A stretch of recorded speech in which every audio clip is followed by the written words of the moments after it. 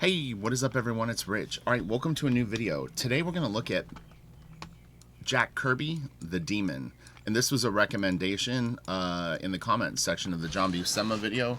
And I have the hardcover of this, and I started thinking about it, and I was like, you know what, this would be awesome, because this is really like, I've never poured through this stuff on any kind of in-depth level. And this collection not only has some pencil scans, but I've got some newsprint reproductions, meaning that they were originally scanned from the comic books, and then some of the collected edition, which is that real slick with the bright white and super saturated colors. So yeah, settle in. I hope everyone is doing well and being safe out there, and hopefully everyone's healthy. And all right, let's do this.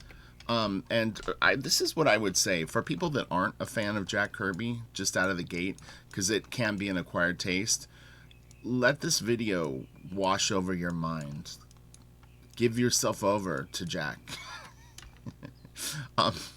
Because like there was comments in the on the John Buscema video of people that you know, were like, you know, when I initially saw his stuff, it depends on when you started collecting. That's the thing, is if you came up and your first exposure to comics was Humberto Ramos and J. Scott Campbell and Matt Herrera, this stuff is going to be very exotic to you. Or, you know, even if you came in earlier and you were Eric Larson and Dale Keown and Todd McFarlane fan, this might be weird to you.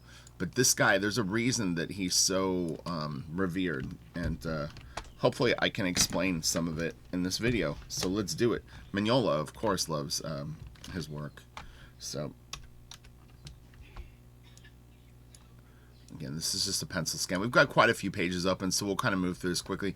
But you can see Jack uses very, very bold strokes. You know, any photos that I've ever seen of him drawing, he tends to draw what I would consider with the point of the pencil, but clearly at times he goes in and chisels this stuff in, probably in more of a painterly way, where you hold your pencil at kind of a more weird angle. And Frazetta would do it too. He would actually sharpen his pencils with like a X-Acto knife or like a buck knife kind of thing, and it gives you that blunt edge line. But you know, I'm doing a lesson for someone right now, and one of their concerns, and rightfully so, because even I experienced that feeling, like when I did the black drawings, as a for instance, is I didn't want to do a retro style. I know that people will sometimes compare that stuff to Bernie Wrightson, but Wrightson really was trying to do Franklin Booth or Joseph Clement Cole, or you know, it was like he was trying to get a vintage look. I wasn't trying to get a vintage look with my stuff. When you sometimes go back to things like this, it can look retro, and then, you know, in 2020, how does that, you know, transition? Are the fans accepting of it? And, you know, that's, Mignola, I think, assimilated this stuff quite well. But Jack Kirby, if I'm not mistaken, oh, and this is one thing that I'm going to do. I'm going to start doing what I would consider like master editions of these video series, and really actually do a historical dive into the artist. So as the coronavirus thing winds down, what I'll ultimately end up doing is really doing my homework, and then doing what I would consider like a master edition series of these videos, where be like, you know, Mark Silvestri master edition, where I really go over their work, and there's historical value and factual stuff, or at least as factual as I can get. But I'm pretty sure Jack was drawing before World War II. He was drafted into World War II, and I believe that he was drawing during World War II for some of the Army magazines, or whatever, Navy, Marines magazines. I want to say that he actually met another comic book artist during that time, but I'm only going on memory and things that I've read in passing. This is great. Very, very cool. Then when he came back, his career really started to take off. But people will say that Jack didn't really strike it big in comics until I think he was 44 or 50 years old. They'll say is like Fantastic Four. I don't remember the exact chronological date, but it's sort of for people that are panicking and they're like 27 or they're 37 and they're like, man, I don't know. You know, look, Jack drew a long time before he really like struck gold. And Frazetta was the same way. Frazetta struggled for a long time. He was very, very talented, but You know, you have pre-Al Cap, and then you have Frazetta when he got kicked in the nuts and basically was jobless and couldn't get work post Al Cap. And what did he do? Frazetta's a fighter. He came back and knocked it out, and that's what Jack Kirby is. These guys are fighters. If you're not a fighter, a professional career in art will eat you alive. People think they get 3 years in their career, and they think that they've made it. You haven't done anything yet. Keep it up for 10 years, and then 15, and 20, and 25. That's what the Warriors do. And it was funny. So when the person that recommended it, they recommended it under this name, which I guess is Eterigan, or Etrigan, or Eatridgan. I've never heard it said, so I don't know. But anyway, I didn't really know what he meant at first, but now it all makes sense. So yeah, these guys are fighters, man. I'm telling you, it's a marathon, not a sprint. 5 years of success is great, but save that money. All right, so this is some of the reprints with the really, like, just slick reproductions. Not a huge fan of how this stuff looks. No offense to the art, just I don't like how clean this is. The colors are just too bright, but we can do this. These actually clean up quite well. And although the files themselves are super like bitmapped out, you know, you can get it to near black and white. I mean, like with this kind of file, I could actually get it totally to black and white, because it's really been separated. So here's the page in black and white. Not too bad, right? You're like, Rich. Some Photoshop people are like, yeah. Other people are like, you just worked black magic on that page. This is awesome. Very powerful figures. He keeps the stance very spread out. His legs are very powerful, and they're very well planted on the ground plane, and that's what really sells it and gives it a sense of weight. This guy is buckling under the weight of his enormous upper torso and gigantic arms, you know. This is an interesting piece. I'm nearly sure I have this on a newsprint version, but you know, Jack uses very strong shapes. His technology is very stylized. This is very cool. I mean, but you turn this black and white, and it pretty much looks like a Mignola drawing, you know, right? You see what I'm saying? It's a little more detailed than Mignola, but I just started following Mike on Instagram. I didn't realize that he had a page on Instagram, and he posts some very cool stuff. And he's been drawing a lot during the lockdown, sharing a lot, so it's kind of neat. I almost did my, I have a Jack Kirby, the World's Greatest Artisan edition. I was nearly going to go through that, and then I realized it was actually Frank Miller Ronan. Look, you can actually see you see that? Photoshop tells no lies. That's really cool. Again, just powerful figure, big, huge, chunky shapes. This inking is very cool. It's so just nonchalant, and I've always been fascinated with these big strokes that they do, and then with the little teardroppy sort of thing off of them, like this stuff. It's really like, he's got a good eye for composition. Okay, so here we get in the newsprint stuff, and this does look much better. The scans vary, but this will be a lot of fun, I think, for people to check out. Really cool monster, great shot, very powerful characters. This stuff I don't think I can turn to grayscale successfully. There's a lot of pixelization on it, so you know, you can clean it up to a decent amount.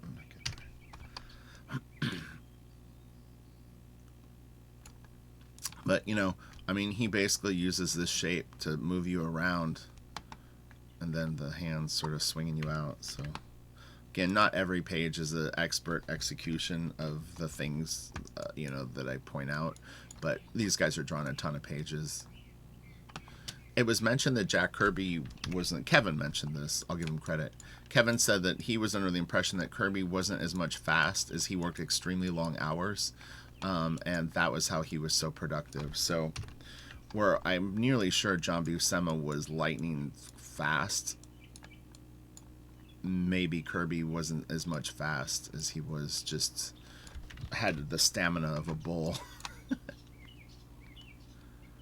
Again, do you see these interesting brush strokes? It's really wild. But yeah, next time I do a Kirby video, I'll do a more historical dive. I've got a ton of the Kirby Collector magazines, and I can always go online and sort of pluck around and try to come up with a real nice sort of bio and overview of the art. But that will take more work, and my channel just isn't strong enough to devote that much time to the videos right now, because it would take, you know, that'd be 4 to 5 hours worth of prep, probably. It's a huge commitment. And again, it's like I am trying to get my own stuff off the ground. This is really, really cool. It's an interesting monster. Tree beard without the head.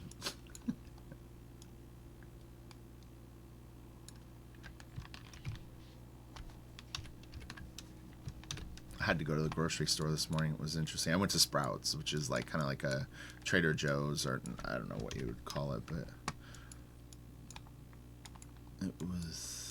it's weird. It's weird out there. They're saying in California they don't even want people going to the store for the next week now. Like, they don't want people going out at all. It's crazy, man. That's crazy, crazy. This is really cool. Look at that big knee. Again, that's I've stressed this to people. As long as you keep what you do consistent, you can kind of get away with murder. But you need to have stuff. It still needs to be in perspective. Honestly, that's the key. Is you have to have stuff. The shapes have to make sense. Is like a harmony between the ground plane and what you use. Past that, that's why Jack can do such bizarre structure and stuff like that. Is it doesn't really matter. He's just keeping all of his objects overall in the planes that he represents. It's a really weird character. It looks like Jonah Jameson with like a fancy wig. Some crazy coloring on the castle. Oh yeah, the pages get really good after this. I cherry picked a bunch of really, really good stuff. For me personally, what I saw going through the first 6 issues of this series is issues 1 and 2 were quite good, and I don't know how the story was in 3 and 4 and stuff, but I thought that the art was a little more it wasn't as pedal to the metal, but everything that I'm going to show is, I think, from the first 3 issues moving forward. There might be a few pieces that aren't, but again, I understand, though, that reading the stories, things can kind of take on a bigger picture that you don't get. This is really cool, though. I love that old sort of haunted house or farmhouse kind of thing, the fence and stuff like that. I'm a big fan of, like, the urban explorer stuff. I have been for a long, long time, honestly. Before it got super trendy, I used to follow a website called Opacity US, I think. Guy is a really, really good photographer, and he would go to some incredible abandoned buildings, and it was really cool. And then people kind of started to not copy him, but it became more and more sort of like a thing that people were doing. His stuff is still online, I think. But yeah, it's really, really cool. Yeah, it's great. And I kept recommending it, but if you haven't checked out my Patreon yet, for sure go there. We're closing in on 200 patrons right now, which is really, really incredible. The numbers are really high, and there's a reason. It's really good. It really is. I'm honestly probably 500 videos up. Every time I do the videos, I always vary what I say, but there's close to 800 posts, I think, between 700 and 800 posts, and probably like 500 videos. And for $1, you can get in and have full access. There's 3 tip jars: $1, $3, and $5, and then a $20 review tier and a $50 hour direct lesson. So pick your poison. If you pick the bigger tiers, you do not have to do that monthly. You could literally get a review for $20 and then go right back down to the $1 tier the next month and still have full access to everything. It really does help me out, honestly. If you know, it makes it easier to do YouTube and justify the time, and it gives me an idea of how strong the support will be for Blaster Kid, because that's really what this is all leading to now, is just trying to build what in my mind, when I crunch the numbers, what I'm going to need to have Blaster Kid be a successful crowdfunding campaign. And I need honestly probably between 1,500 and 3,000 people that will pull the trigger on it. So we need the numbers up. So please share this channel if you can. It's gonna get competitive out there. I'm doing fine though. I've got plenty of work, but Blaster Kid is the work I want to be doing. So these are Mike Royer inks. Pretty much if you're a Kirby fan, you generally will have a favorite. The lines are drawn. Some people prefer Jack inking himself. Some love Royer. Some Joe Sinnott. This is cool. This is a double page spread. It's a shame that it didn't open as a spread, but anyway, here's half of it. And here's the other half. Really, really cool. That's really neat. That's so big. Jack draws everything huge. This. Oh yeah, there's that thing. Coloring's actually kind of interesting. I don't know if that actually is on the original, that blue, or if it's like some sort of scan blur printing issue, but it actually looks kind of neat. It's got a little bit of like a rainbow. Do you see? There's like red, yellow, greeny, blue, and then this purple. I think that's a printing flaw. This is all pretty cool though. Bam. Who am I? I'm the demon. Oh, speaking of demons, I saw the Joker finally. I hadn't seen it yet. So I watched like a half hour of it the night before last. I finished it last night. It's crazy, man. The movie is pretty insane. It was interesting. I went on Amazon. I was reading reviews, but I just wanted to read the negative reviews just for fun. It's like we're all drawn to the negative, right? Like that's what's more interesting. As someone that likes the movie, that's boring. It's like we want to know what the haters thought, or people that just didn't like it. So it was kind of interesting. I figured I'd give that a shot. I had a hunch that would be a little too... I'll try to pull out a lighter gray. This is a real nice page. That's why I kind of want to see it. Oh, you know what, though? I do actually have that slick reproduction of it, so I could clean this thing up a lot. But anyway, that's really, really cool. What a great monster head. Nice upshot. Chunky planes. But yeah, thank you for recommendations. It really makes picking these videos quite fun and always interesting for me, because it is actually very enjoyable for me to either pull something out of my collection, you know, or something that I have in my collection and find the digital file of it and then check it out. Because like I said, for 100%, I have at least 2 copies of this in hardcover.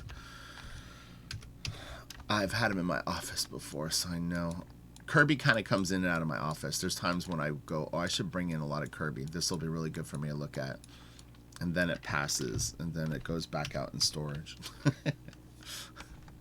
I don't keep a ton of comic books in my studio. So, again, that's why we do these videos. So I get an opportunity to look at this stuff. This is all really, really good. It's nice. It's hard to critique too much his structure because it's so stylized. It's like he keeps the separation of everything lined up. I'm gonna get out of full screen mode for just a second. I'll show you what I mean. I talk about this in some of my drawing lessons for people, but like, oh, let me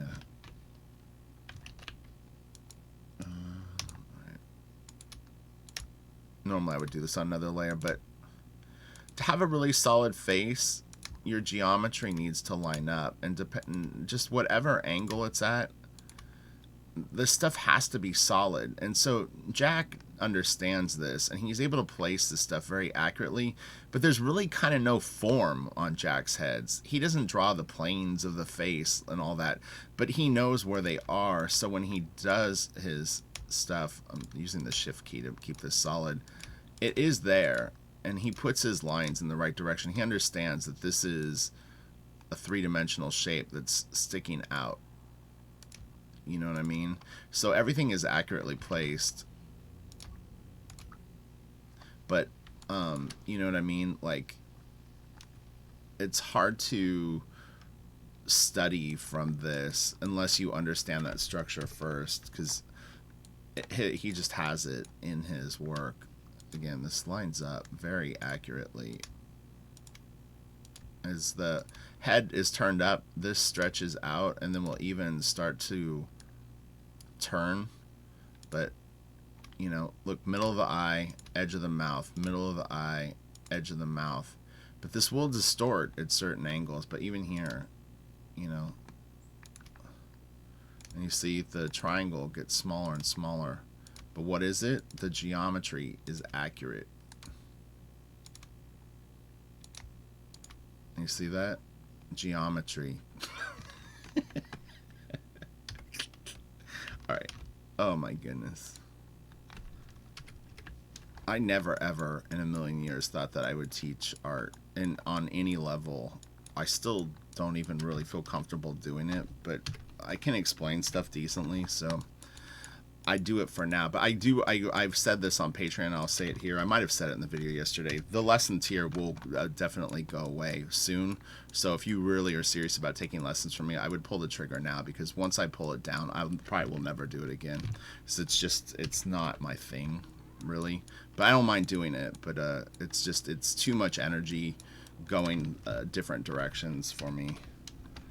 Because the reviews I can get in and kind of dissect stuff more, but the lessons actually is you have to really kind of get into someone's sort of head and work with them directly. It's more, you know, I talk about like even inking other people. It's just bad. It's bad for me to do, because it's half the day I'm spending speaking one language, and then I go back to Blaster Kid, and it's a completely different dialect. So it's not where I need to focus my energy. This is all really, really cool. This is a great page, great design page. Again, he's got that beautiful loop. Sorry, I'm doing this with a mouse. And even this, it just really sweeps you around, and all these people are sending you up and out. That's really good. But yeah, this is great. Nice shapes. Oh man, that is so kick-ass. This is a spread too. It might have been connected to the other one. I didn't notice. Let me see. Let's get out of full screen mode for a second. Let me see.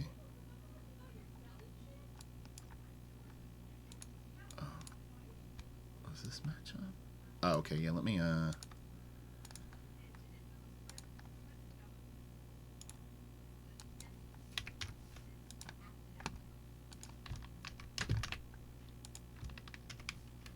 so we can kind of see this together.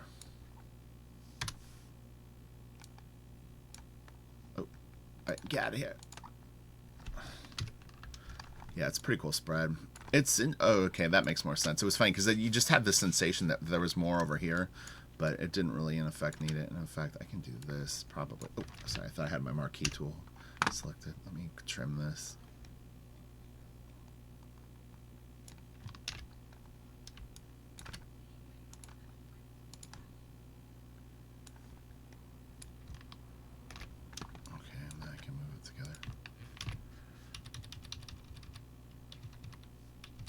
There we go.